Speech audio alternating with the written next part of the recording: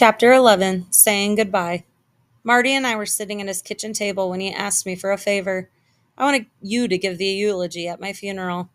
We had never talked about death. Well, I said, fumbling for the right words. Marty wasn't going to let me squirm. Mick and I sat down with the funeral director today and we did some pre planning.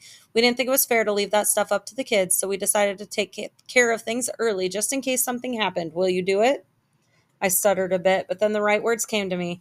Sure, Marty, I'd be proud to give your eulogy. It's probably going to be pretty long, though. He winked at me and replied, You take all the time you need. It was Marty who didn't have enough time. A little over 2 months later, Marty found himself in the hospital. For more than a year, he had been losing weight, and doctors couldn't figure out why. His white blood cell count was low, and he was advised to quit working. White blood cells fight infection, and doctors fear he might fall victim to a disease passed along by a customer. If he didn't quit working, one doctor suggested, he might consider wearing a mask and stop shaking hands with customers. Marty wouldn't even consider it. Now that would kill me. I won't do it, he said. Marty continued to shake hands and he continued to lose weight. Something was wrong. A diagnosis finally came, an infected gallbladder. Now Marty faced the decision of surgery. Well, he said, I can't go on like this. Mickey called me after her husband had left the operating room. The surgery had taken far longer than expected because the infection had spread beyond the gallbladder.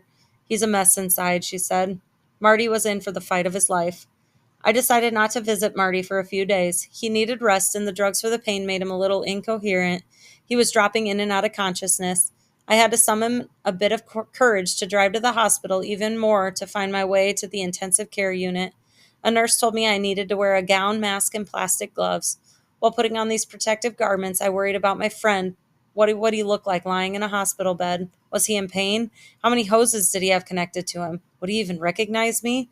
All these thoughts had me on edge as I approached the room where they told me Marty laid. Inside the room, I drew back a white curtain and saw a man lying on his back. He was sleeping.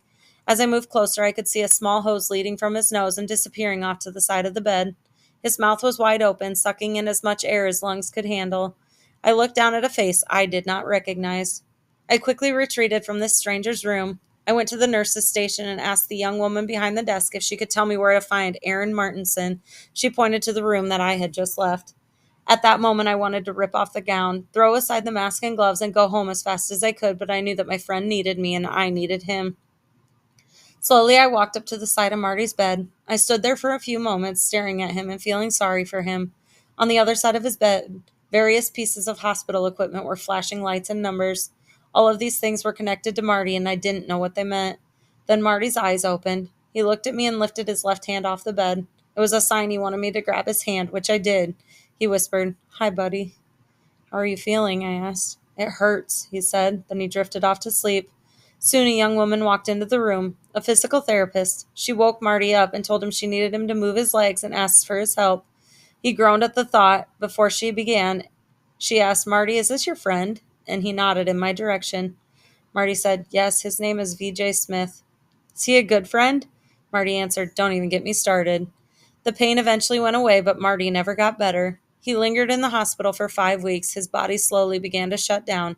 His spirit did too. I tried to think of ways to make Marty want to live. I didn't need to remind him that his customers were waiting for him to return to Walmart. More than 400 Get Well cards had flooded his room. Some were from people Marty knew only by what they bought. One was signed the Cat Food Man, another simply the Tomato Lady. On one of my visits, I suggested we read some of the cards. After I had just read 2 of them aloud, Marty said, That's enough for now.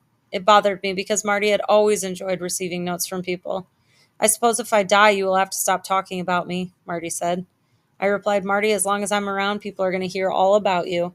He smiled. He wanted to be remembered. On a later visit, Marty shared something with me that to this day I cannot quite comprehend. I know when Mickey is in the hospital coming to visit me, he told me. I feel her presence. 5 minutes before she comes into my room, I know she's here. Isn't that strange? I didn't quite know what to say to him, so I just smiled. Mickey was on his mind. Promise me something, he said. If I die, don't forget Mickey. I'd appreciate it if you would still visit her. I promised him I would do that. A half hour later, Marty looked at me and said, Mickey's here. 5 minutes later, the door to his room opened and Mickey walked in. I didn't want to think about how difficult Marty's illness was for Mickey. Once when I was visiting, Mickey said she needed to go home. Still wearing the mask that protected Marty from germs, she bent down to kiss him goodbye. He said, Take that damn thing off. Mickey said she couldn't. He held her close for a moment and said, "You have beautiful eyes." Marty seemed to be shrinking before our eyes. One day I stopped by the Martinson home and found Mickey crying. She said they've given up on him. I asked her what she meant. The doctors no longer required visitors to wear masks. I knew I needed to make what might be my last visit. I stopped outside Marty's room when I had heard someone talking to him. It was a doctor telling Marty his kidneys are shutting down and he needed dialysis. Marty said nothing and the doctor left. I walked in and sat down on a chair near his bed. He wasn't wearing his glasses, so I asked him if he could see okay. He whispered, "I see well enough to see my friend." I turned away, not wanting Marty to see the tears running down my face. After a moment, I looked back at him and he raised his right hand. I grabbed it and I held it tight. Marty said, "I'm sorry I'm cutting our friendship short. I wished I'd met you a long time ago." For the next 20 minutes, I held Marty's hand. He would drift in and out of consciousness, saying a few words before falling back to sleep. His eyes looked cloudy, yet he seemed focused on some distant place. His face bore no expression. He seemed very much at peace. It was time to say our final goodbye. I stood up, bent down close to his face, and said, "I love you, Marty." He locked onto my eyes and replied, "I love you too." These were the last words we spoke to each other.